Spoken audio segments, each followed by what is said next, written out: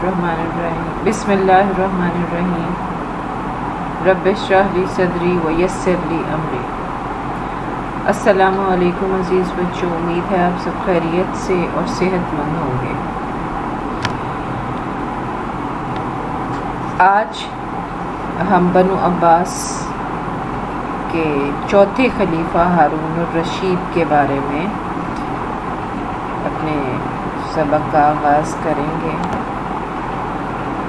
ہارون الرشید کو تاریخ اسلام میں افسانوی شہرت حاصل ہے۔ اس کے دور میں جو ترقیاتی کام ہوئے اور جس طریقے سے وہ اپنی رعایا کی فلاح اور بہبود کا خیال رکھتا تھا، وہ کسی الف لیلوی داستان سے کم نہیں ہے۔ تو چلیں آج ہم اپنے لیکچر کا آغاز کرتے ہیں۔ ہارون الرشید، اس کا سنہری دور۔ بچوں، ہارون الرشید کے دور کو مورخین نہ صرف یہ کہ خاندان عباسیہ کا بلکہ ایشیا میں مسلم حکومت کا شاندار دور خیال کرتے ہیں۔ یہ اس کی شاندار شخصیت تھی جس کے بنا پر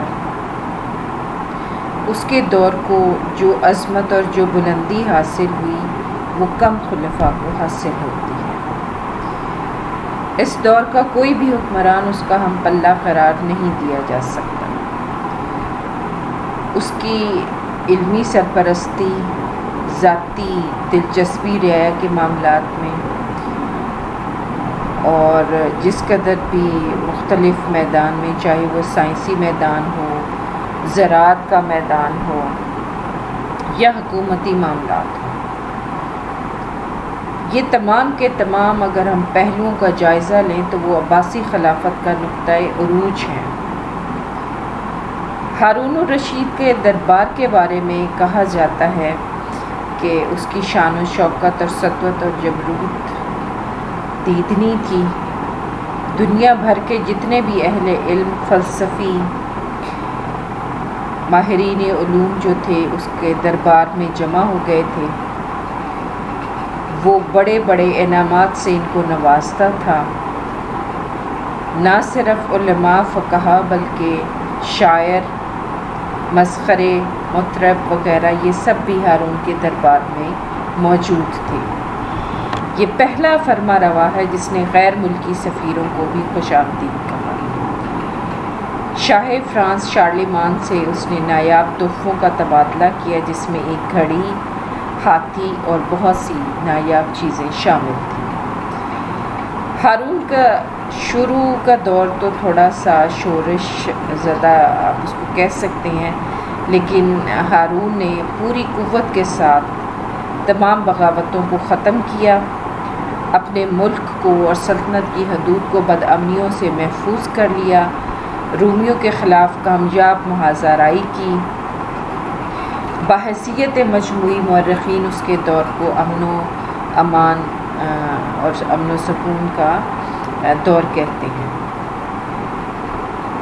اس کے دور میں ملکی ترقی اور خوشحالی میں بے پناہ اضافہ ہوا۔ عوام خوشحال تھے، اشیاء ضروریہ جو تھی وہ نہایت ارزاں قیمتوں میں دستیاب تھیں۔ سائنسی ذرا کا استعمال اور انسانی ہنرمندی کی بدولت نئی نہروں کا کھدوایا جانا، صنعتوں کا جال بچھایا جانا بہت مشکل تھا، لیکن اس کے اپنے ذوق و شوق اور اس کے جو برمکی وزراء تھے ان کی دانش مندی کی وجہ سے یہ تمام کام اس کے دور میں سر انجام پائے۔ کہا جاتا ہے کہ اس کے دور میں عوامی خوشحالی کا یہ عالم تھا کہ ہزاروں میل کے رقبہ میں ڈھونڈے سے بھی کوئی بھوکا اور ننگا نہیں ملتا تھا۔ بغداد دنیا اسلام کی بہترین تجارتی منڈی تھا۔ اندرونی اور بیرونی تجارت اپنے عروج پر تھی۔ لوگوں پر ٹیکسوں کا بوجھ بہت کم تھا۔ بیت المال کے ذرائع آمدن بہت وافر تھے۔ صوبائی خزانے کا خرچہ نکال کر ہر سال 40 کروڑ درہم بچ جاتے اور یہ تمام پیسے عوام کی فلاح و بہبود پر خرچ کیے جاتے تھے۔ جہاں تک انتظام سلطنت کا تعلق ہے اس نے بہترین انتظامی ڈھانچہ تشکیل دیا. اس نے ملکی انتظام اور انصرام میں باقاعدگی پیدا کرنے کے لیے مختلف محکمہ جات قائم کیے. ان کو دیوان کہا جاتا تھا. سرکاری محکمہ جات میں دیوان الزمام کو سب سے زیادہ اہمیت حاصل تھی. آج کل اس کو آڈیٹر جنرل کا محکمہ کہا جاتا ہے اور یہ تمام سرکاری محکموں پر بالادستی رکھتا تھا. ہر محکمہ یعنی دیوان کا اپنا اپنا سربراہ تھا جو اس کی کارکردگی کا ذمہ دار تھا. خود وہ ذاتی نگرانی بھی کرتا تھا. اس کے کارندوں کی کارکردگی نہایت عمدہ تھی. ہارون خود راتوں کو بھیس بدل کر رعایا کے حالات سے باخبر رہتا تھا. رعایا کی آسودگی کی خاطر وہ بازار اور مارکیٹ کا چکر بھی لگاتا. خود نرخوں کی نگرانی کرتا. معاشرتی انصاف میں حائل ہر رکاوٹ کو دور کرتا. بچوں اس نے پولیس کا بھی انتہائی اعلیٰ نظام قائم کیا. اس نے 3 حصوں میں ان کو تقسیم کیا اس ڈپارٹمنٹ کو. پہلے قسم کی پولیس کو شرطہ عاصمہ کا نام دیا گیا جو دارالحکومت کی پولیس تھی. خلیفہ اور اس کے اہل و عیال اور اکابرین کے علاوہ بغداد کے شہریوں کی حفاظت کی ذمہ داری اس کے سپرد تھی. اس کے سربراہ کی حیثیت آج کل کے جو انسپکٹر جنرل آف پولیس ہیں ان کی طرح سے تھی. دوسری قسم کی پولیس جو تھی وہ اس کے سربراہ کو صاحب الشرطہ کہا جاتا تھا. اس کا مقصد ملک بھر میں امن و امان قائم رکھنا، ہنگامہ آرائیوں کا سدباب کرنا، لوگوں کی جان و مال اور آبرو کی حفاظت کرنا، فتنہ اور فساد کو روکنا، جرائم پر نظر رکھنا، سزا و جزا کا قانون نافذ کرنا، مشکوک افراد کی کڑی نگرانی اور مجرمین کی گرفتاری، رعایا کی حفاظت اور امن و امان کا قیام. پھر ایک تیسری قسم کی بھی پولیس فورس موجود تھی. اس کو حرس کہتے تھے اور یہ باڈی گارڈ کی سی حیثیت رکھتی تھی خلیفہ کے اور اس کے سربراہ کو صاحب حرس کہا جاتا تھا.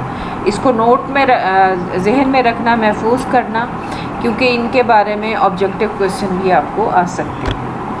اب اس کا جو ہے نظام عدل دیکھتے ہیں. یہ بڑا عادل اور منصف مزاج خلیفہ مشہور ہے. قضاء کا محکمہ کے لیے اس نے باقاعدہ پہلی بار قاضی القضاء کا عہدہ قائم کیا اور اس کا سربراہ اور مملکت کے تمام قاضیوں کی نگرانی اعلیٰ یہی شخص ہوتا تھا. صوبائی قاضی مقرر کرنا قاضی القضاء کے اختیار میں تھا. اس عہدے پر اس نے امام ابو حنیفہ کے شاگرد قاضی امام ابو یوسف کو مقرر کیا. یہ نہ صرف پورے ملک کے قاضیوں کے کام کی نگرانی کرتا، جب کوئی خاص اگر مسئلہ یا دستوری یا قانونی نوعیت کا پیدا ہوتا تو پھر خلیفہ کے کہنے پر اس کے بارے میں فتویٰ بھی دیتا تھا. قاضی ابو یوسف اپنے کام میں ماہر تھا اور ہارون نے اس کو تمام اختیارات تفویض کیے ہوئے تھے. امام ابو یوسف قاضیوں کا تقرر خود کرتا. ہر قسم کے سیاسی اور حکومتی دباؤ اور ترغیبات سے بے نیاز ہو کر جرات مندی کے ساتھ اور حق پسندی سے یہ لوگ فیصلے کرتے تھے. ہارون نے ان کی ہدایات کی روشنی میں جو خائن اعمال تھے ان کو بھی برطرف کیا اور ان کی جگہ نیک اور دیانتدار ایماندار افسران کی تقرری عمل میں لایا. وہ پھر قاضی ابو یوسف سے کہہ کر اس نے کتاب الخراج لکھوائی. یہ مالیاتی امور میں حکومت کے لیے ایک بہت اعلیٰ مثال کی حامل کتاب تھی اور اسی کی روشنی میں پھر مملکت کے مالگزاری کے نظام میں تبدیلیاں لائی گئیں. بعض قسم کے مقدمات جیسے ایک دوسرے پر زیادتی، حکام اور والیوں کے خلاف الزامات کی چھان بین، دفاتر اور محکموں کے کاتبوں کے خلاف کارروائی، حاکموں اور والیوں کی غلطیوں کی باز پرس، لوگوں کے لیے جو روزینے مقرر کیے جاتے تھے ان کا ملنا یا نہ ملنا اور اس حوالے سے تفصیلات کا جاننا.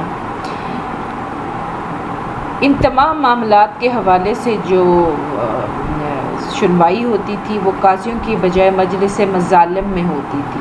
اس کی صدارت خود خلیفہ یا پھر اس کا وزیر کرتا۔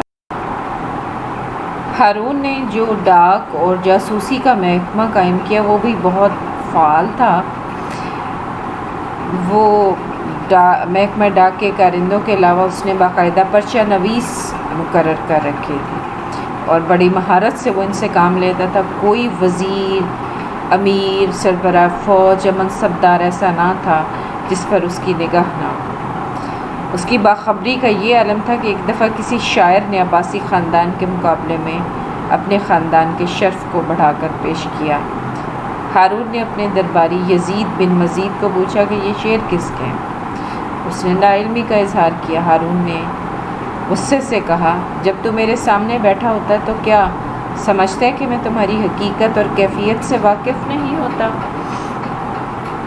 تیرا کیا خیال ہے کہ میں تیرے امور و معاملات سے غافل ہوں یا تو سمجھتا ہے کہ مجھ سے کوئی بات چھپی ہوئی ہے؟ خدا کی قسم میرے جاسوس خلوت اور جلوت میں تیری نگہداری کرتے ہیں۔ ربیہ کے ایک احمق و جٹ شاعر کے یہ اشعار ہیں جس نے قریش کو ربیہ میں شامل کیا۔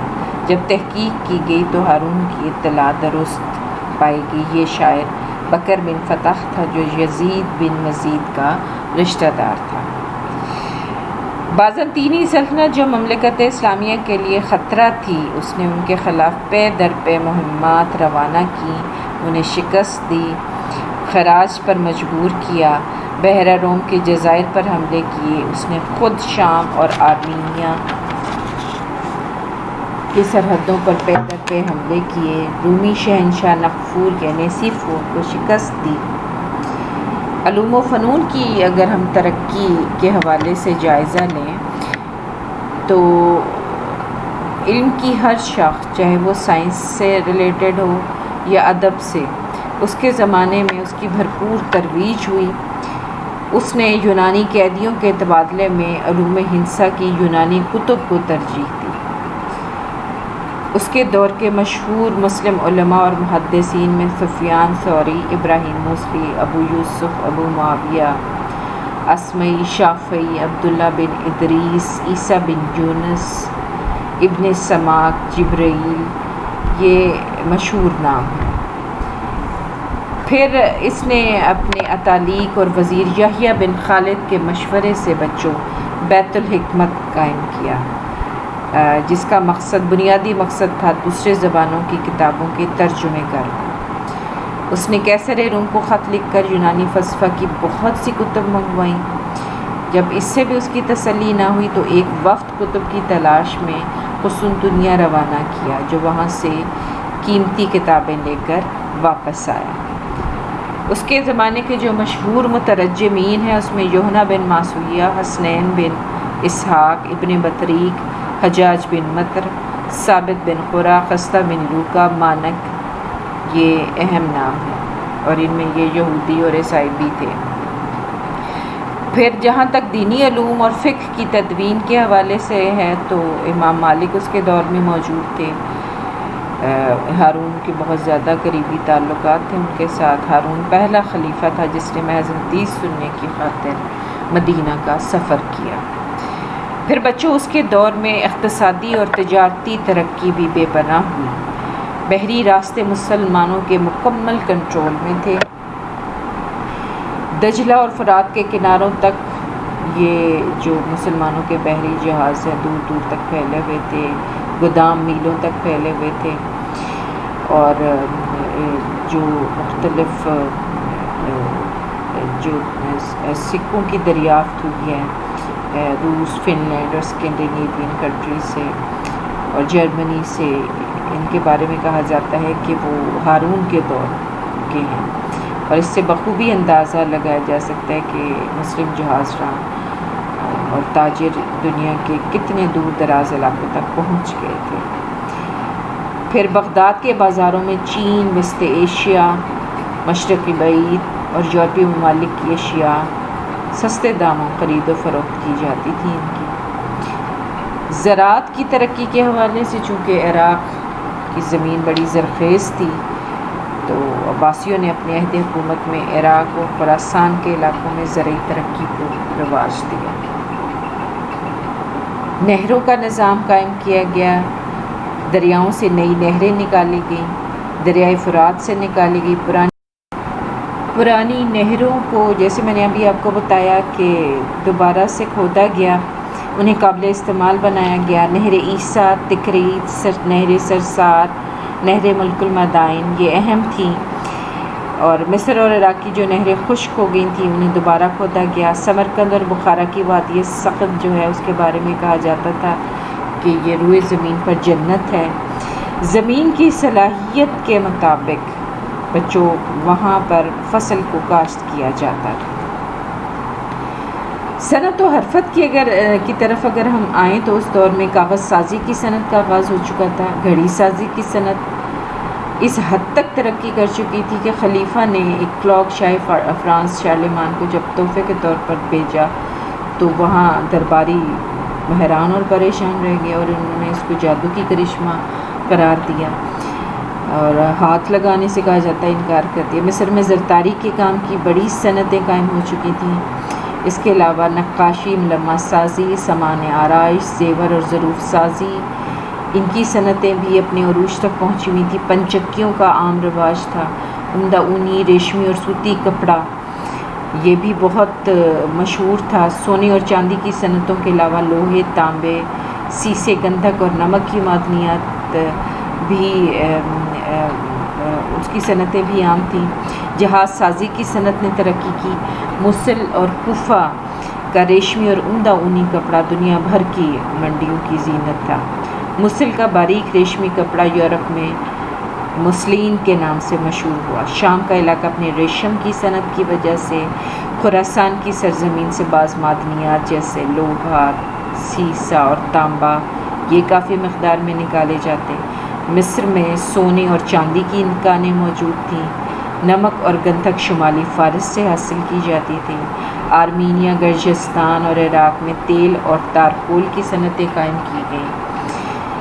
یعنی مختصر یہ کہ ہارون کا دور صنعت و حرفت کے میدان میں بہترین اور لازوال ترقی کا دور تھا۔ اب یہاں پر ایک بات جو آپ کو بتانی ہے اور جس کے بارے میں آگے چل کر ہم زیادہ تفصیل سے پڑھیں گے، وہ ہارون کے برامکا خاندان سے تعلق رکھنے والے وزراء تھے، جنہوں نے ہارون کے زمانے میں جتنی بھی ثقافتی اور علمی ترقی ہوئی اس میں بڑا اہم کردار ادا کیا۔ یہ لوگ ایرانی نسل سے تھے۔ ان کے زیر اثر فارسی زبان اور ادب کو فروغ حاصل ہوا، اور جتنی عجمی تہذیب کو ترقی انہوں نے دی، اس سے پہلے اس کی کوئی مثال نہیں ملتی۔ شاہی دربار سے ایرانی ثقافت جھلکتی تھی۔ یہ لوگ علماء، ادیبوں کے اور شعراء کے بے حد قدردان تھے۔ فیاضیانہ سلوک کرتے، انہیں بڑے بڑے انعامات دیتے۔ نادر کتب جمع کرنے کا ان کو شوق تھا، ترجمے کرواتے تھے۔ یعنی اب مختصر اگر ہم اس کو کہیں تو یہ کہ ہارون کے عہد حکومت کو جو زرین دور جو شمار کیا جاتا ہے ہارون کا، اس کو چار چاند لگانے میں ان برمکیوں نے بہت اہم اور بنیادی کردار ادا کیا۔ ہارون کا دور نہ صرف امن و امان کا بلکہ خوشحالی اور فارغ البالی کا دور تھا۔ بغداد کا شہر چند ہی برسوں میں مشرق کے عظیم ترین شہروں میں شمار ہونے لگا۔ بغداد کی جو عظمت ہے دراصل عباسی شان و شوکت اور سطوت کی آئینہ دار تھی۔ قصر شاہی، امراء اور اراکین سلطنت کے عظیم الشان محلات اور ان سے ملحقہ عمارتیں جو بھی شخص بغداد میں داخل ہوتا اس کو مسحور کر دینے کے لیے کافی تھی۔ ہزاروں مدرسے، حمام، مساجد، کتب خانے موجود تھے۔ یعنی چند برسوں میں یہ شہر تہذیب اور تمدن کا مرکز بن گیا۔ پروفیسر ہٹی اس شہر کی تعریف کرتے ہوئے کہتا ہے کہ ہارون کے عہد میں بغداد ہر لحاظ سے دنیا کا مرکز تھا۔ اس کی شان و شوکت، زیب و زینت دیکھ کر مسلمانوں کی خوشحالی اور فارغ البالی بالعموم اور ہارون کے دور کی خوشحالی بالخصوص آنکھوں کے سامنے پھر جاتی ہے۔ سائکس نے بغداد کی ترقی کے بارے پر تبصرہ کرتے ہوئے تحریر کیا ہے کہ بغداد خوبصورتی میں لاثانی تھا۔ یہ ایشیا کی سب سے بڑی تجارتی منڈی تھا، جہاں ہر روز لاکھوں روپے کی تجارت ہوتی۔ پھر ساری دنیا کے بلند پایہ فلسفے